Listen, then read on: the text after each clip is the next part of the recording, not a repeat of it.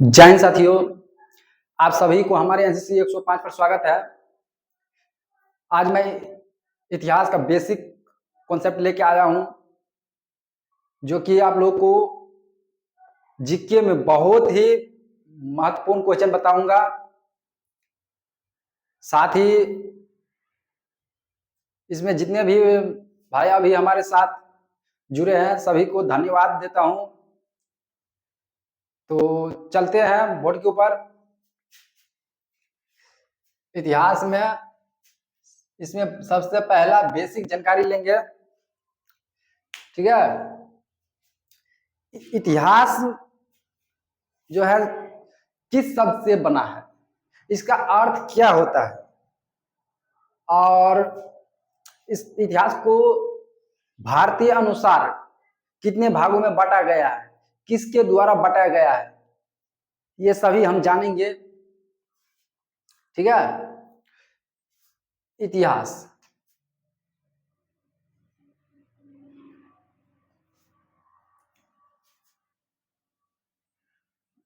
इसका अर्थ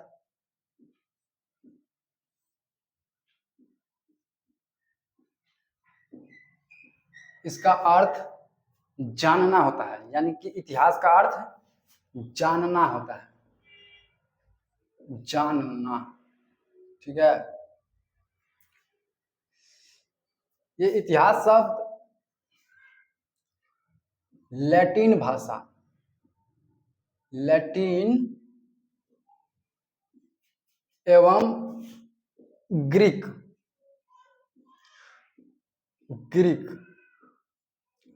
भाषा से बना है, ठीक है। भाषा से बना है, ठीक है।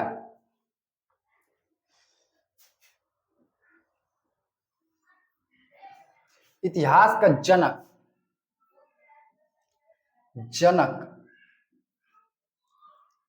हेरोडोटस को कहा जाता है।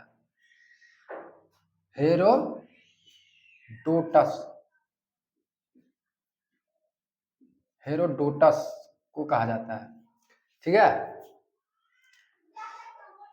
हेरोडोटस का एक बुक है, ठीक है, द हिस्टोरीज।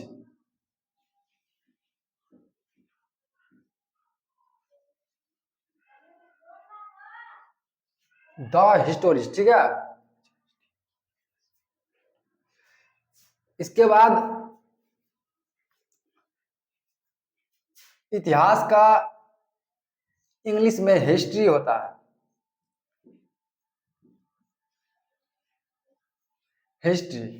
हिस्ट्री शब्द की उत्पत्ति, इस शब्द की उत्पत्ति हिस्टोरिया से हुई है, ठीक है।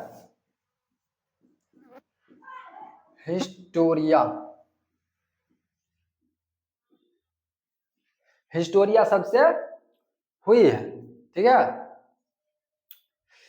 इसका अर्थ क्या होता है? तो इसका अर्थ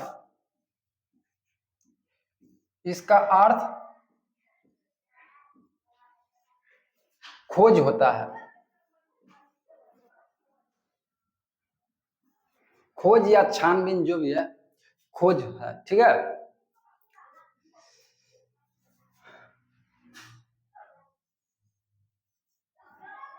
अर्थ के अनुसार इतिहास शब्द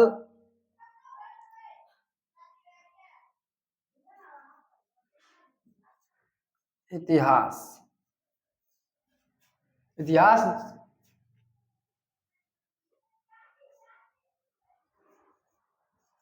इति प्लस ह प्लस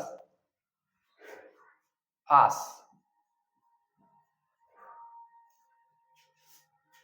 इति प्लस ह प्लस आस से मिलकर बना है। इस शब्द के अनुसार इसका अर्थ होगा ऐसा ही ऐसा ही है, ऐसा ही है नहीं हुआ, क्योंकि इतिहास में कभी भी बीता हुआ बात होता है। ठीक है, तो देख रहे हैं हम इधर कई तरह से शब्द अलग अलग है। ठीक है, तो सबसे पहले इतिहास। इतिहास का अर्थ क्या होता है, जानना होता है।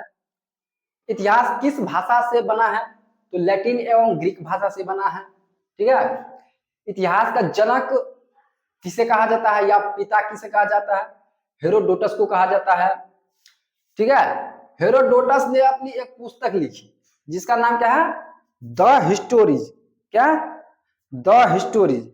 ठीक है, इसके बाद हिस्ट्री शब्द यानी इतिहास का अंग्रेजी शब्द में, इस शब्द की उत्पत्ति हिस्टोरिया से हुई है, यानी हिस्ट्री शब्द की उत्पत्ति हिस्टोरिया से हुई है, जिसका अर्थ क्या होता है, खोज। इतिहास का शब्द अनुसार ऐसा ही हुआ। ठीक है, इति प्लस ह प्लस आज से मिलकर बना है इतिहास शब्द अनुसार से, जिसका अर्थ ऐसा ही हुआ, ये होता है। तो अब इसके कुछ डिटेल में जा रहे हैं। अब ये तो ऊपर ऊपर अपना जानकारी बेसिक था। ठीक है,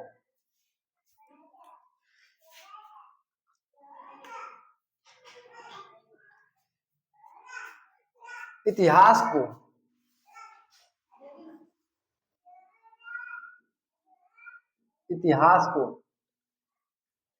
बांटने का श्रेय किसे दिया जाता है,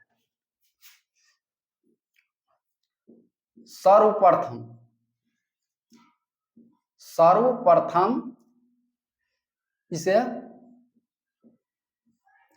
क्रिस्टोफ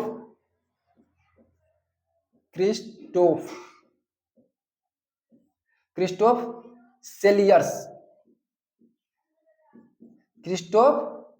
सेलियर्स ने बांटा। ठीक है, पहला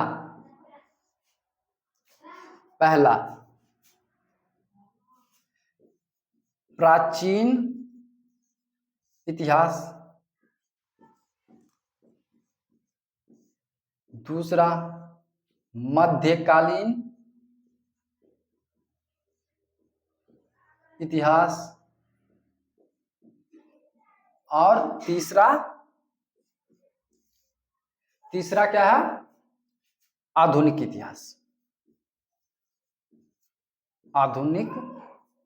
इतिहास। ठीक है, इतिहास।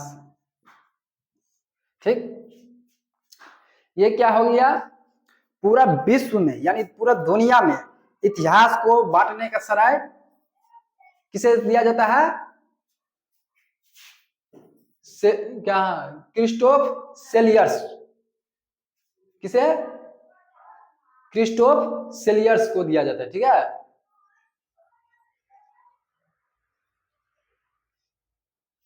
लेकिन भारतीय इतिहास का बांटने का श्रेय दूसरा व्यक्ति है। वो कौन व्यक्ति है, अभी हम लिखेंगे।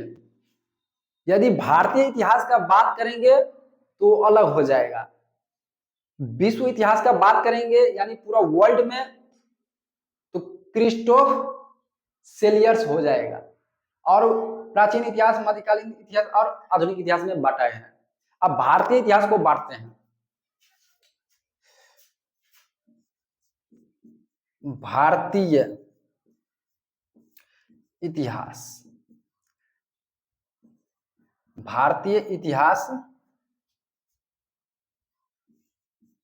3 भागों में बांटा गया है, इसे भी।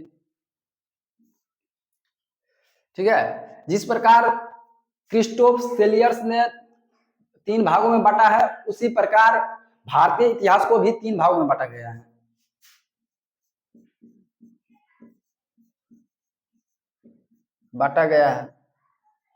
ठीक है।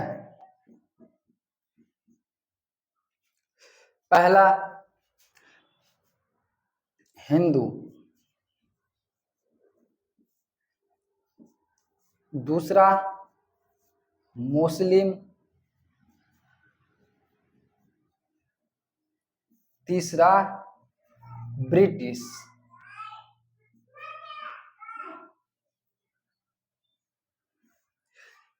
भारतीय इतिहास को 3 भागों में किसने बांटा? जेम्स मिल ने बांटा। किसने? जेम्स मिल ने।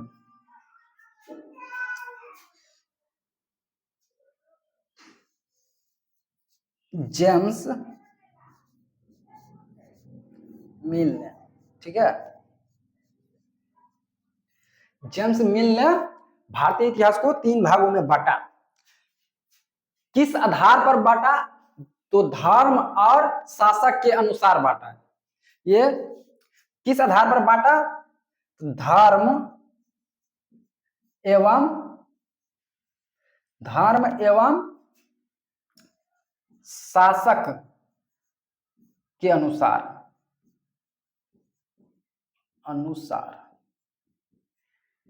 बांट दिया, ठीक है। इसके बाद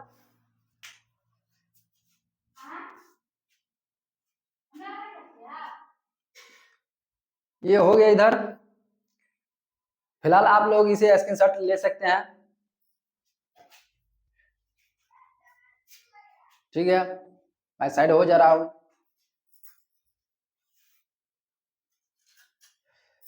तो अब इसे मैं मिटाने वाला हूं।